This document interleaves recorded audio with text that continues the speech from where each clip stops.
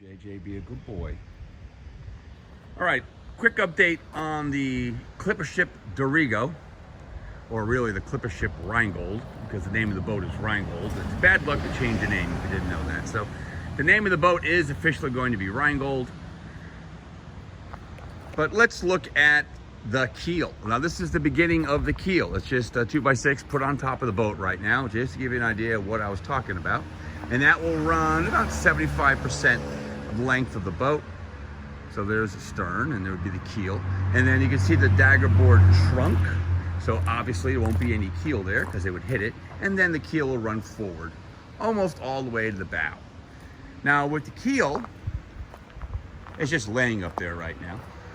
It has a flat bottom and the hull has a contour. So I'm going to have to round the bottom of the keel so that it has full contact. And to connect the keel to the boat, I will use a product from 3M. It's called 5200.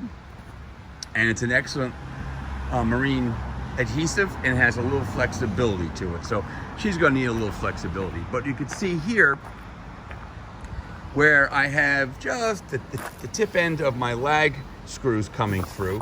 And like I said, they run every other frame. So when it's time to connect the keel, I will actually bring those all the way through, and about 3 inches will go through the keel itself. I finished up the dagger board trunk with the first layer of fiberglass, and I have it wrapped around and going down a little bit for strength and watertight integrity.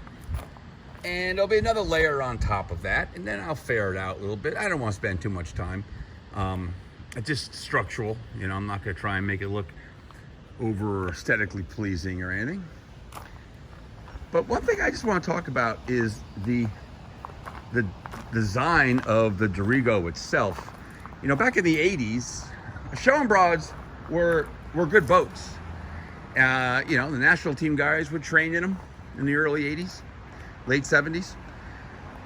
So they got a bad rep though, just through good marketing of other boats, and they lost favor and went out of business, I think, in the late 80s. But this boat, again, is 40 years old, and as I mentioned before, this hull is in phenomenal shape. So I got to give the Dorigo a lot of credit. This boat is in great shape. It's a laminate, so it's slightly flexible, yet it's made from Kevlar, so it's extremely strong. And the finish, I cannot believe, has held up 40 years. And there's no checking, no cracking. God knows how many times this bad boy has been dropped, run over logs, left to bake in the sun. I mean, it's been forgotten for years now, and it's just in great shape.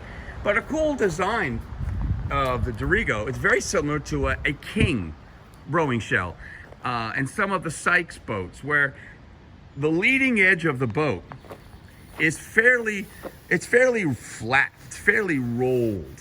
Where if you look at a Vespoli, for example, it has a sharper leading edge. So what this boat will give you is a little bit more stability than, let's say, a Vespoli.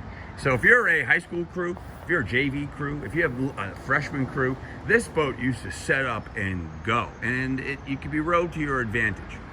Now, what's really neat though is they kept a narrow line through bow seat, but in order to give bow pair room with the hips, they flared it out. There's a bit of a bulge right around bow and two. You see, and it goes back narrow, and then it runs out again where bow and two would sit, and then it runs back narrow again right around fore seat.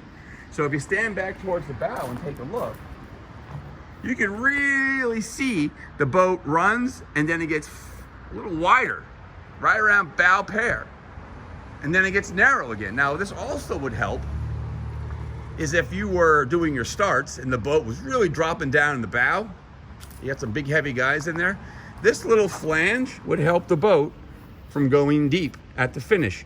If you were to hit a wave, the wave would roll out rather than rolling up and into the boat. So it was a really cool design.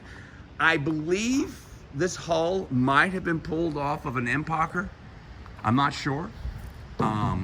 But regardless, it's a cool hull. I think that they got a bad reputation because they still were hanging on to fiberglass and wood construction.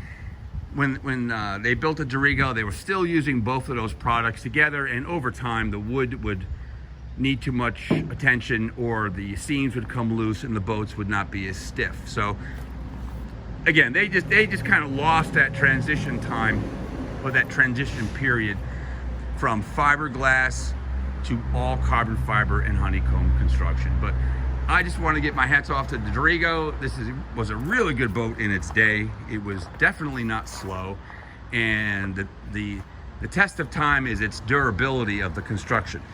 And a lot of people, they're not, they don't think that they think the flexibility in the hull, that slight flexibility in the hull, makes it slower, but it doesn't. When the boat's in the water, there's surface tension from the water. The boat is as stiff as any other boat. If you look at Fluid Design racing singles, they're the same construction as this boat is. So it was a great design, it was a great boat in its day, and it's going to make one hell of a clipper ship.